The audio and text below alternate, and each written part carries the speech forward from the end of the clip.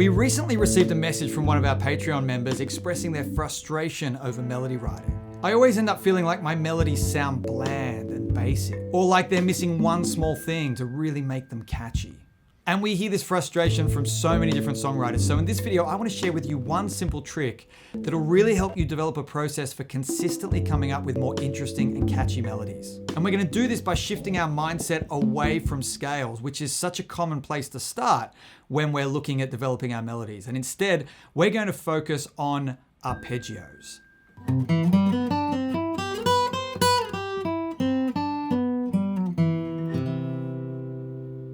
Arpeggios are amazing things. They sound beautiful. They're an important part of our musical education. But above all, they help us battle one of the biggest problems we have when writing melodies.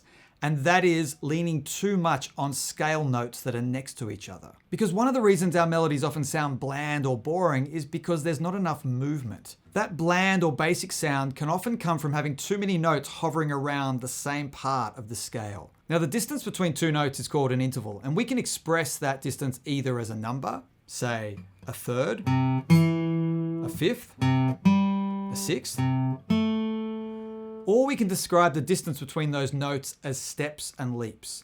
Now, a step is moving one note up or down the scale. It's moving to the next note in either direction. So if we're looking at the C major scale and we start on the C note, the next note up would be the D, the second note. The note below it would be the 7, the B.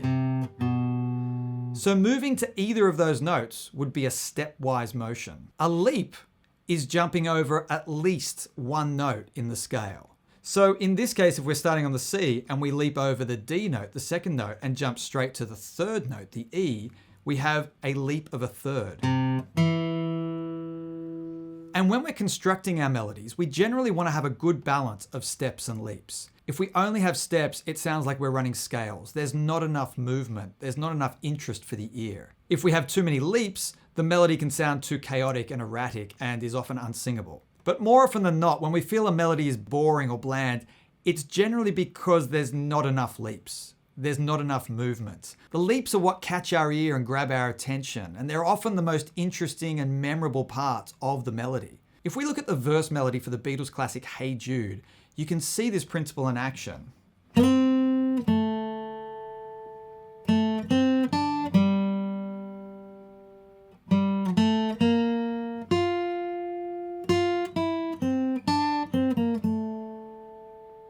Now, this is such a gorgeous melody. And if we look at the notation for a second, we can see that here are the leaps and here are the steps. And in doing this, we can really see that this melody is blending steps and leaps beautifully. And an experiment we can now do is to rework this melody and try and take out some of the leaps. Try and actually make it so that there's really only steps.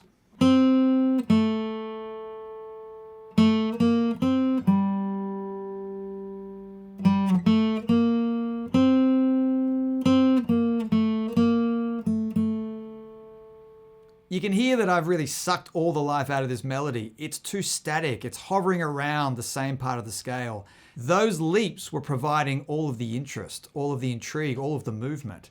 When we take those out, the melody kind of just starts feeling bland. Now, this is where arpeggios come into play, because arpeggios, unlike scales, are constructed with small leaps, either major thirds or minor thirds. So if we look at a C major 9 arpeggio, for example, you can see that it's a sequence of small leaps.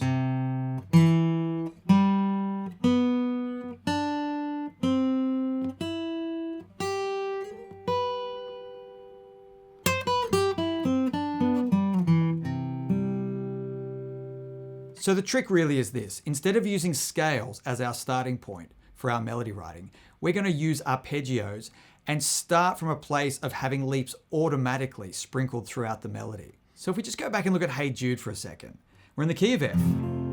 The F major arpeggio would be,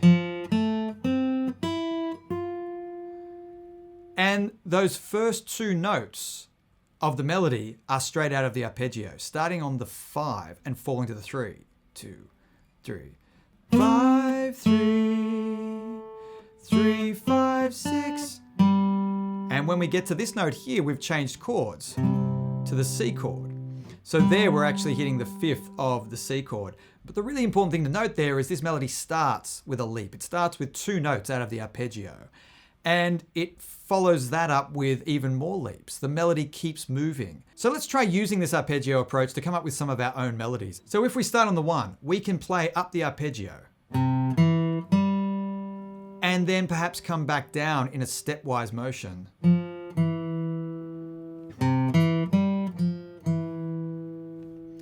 We can take that same kind of sound now, that motif, and move it to the 3rd. We can start on the 5th note and use a similar pattern. And now we'll start on the 7th.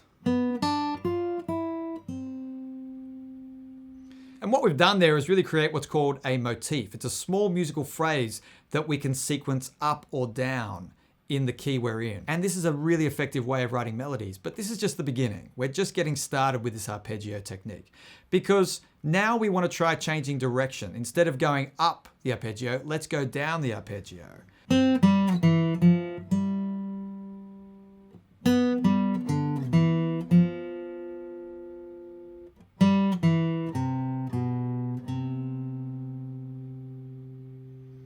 And at the moment, these don't sound particularly interesting because I'm not really putting them to any set rhythm. I'm just letting you hear the intervals as they're laid out. But we can quickly start to bring them to life when we do impose a fixed rhythm on them. For example.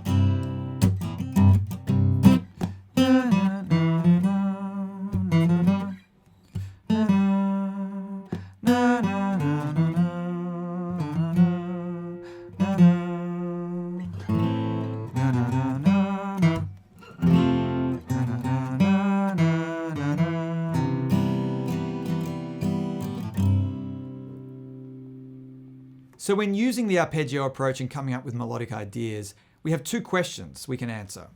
Firstly, which note of the arpeggio do we want to start on?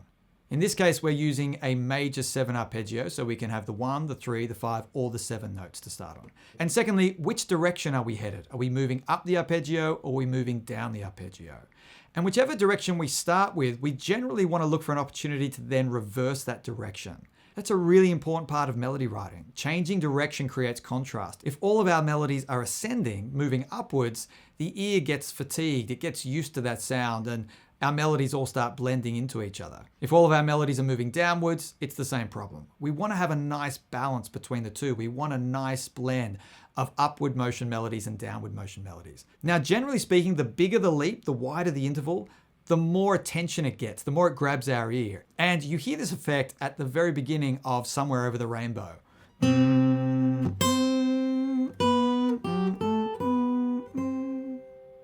You can hear that octave leap really launching the melody from the very first note. And then we get a step down, a small leap down, and then a change in direction, and 3 steps to finish. But you don't have to go as far as an octave leap to create interest for the ear. The distance of a 5th is certainly enough to really grab the attention of your listener. So let's try and come up with a few other melodies that incorporate some of those wider leaps. 2, 3, 4.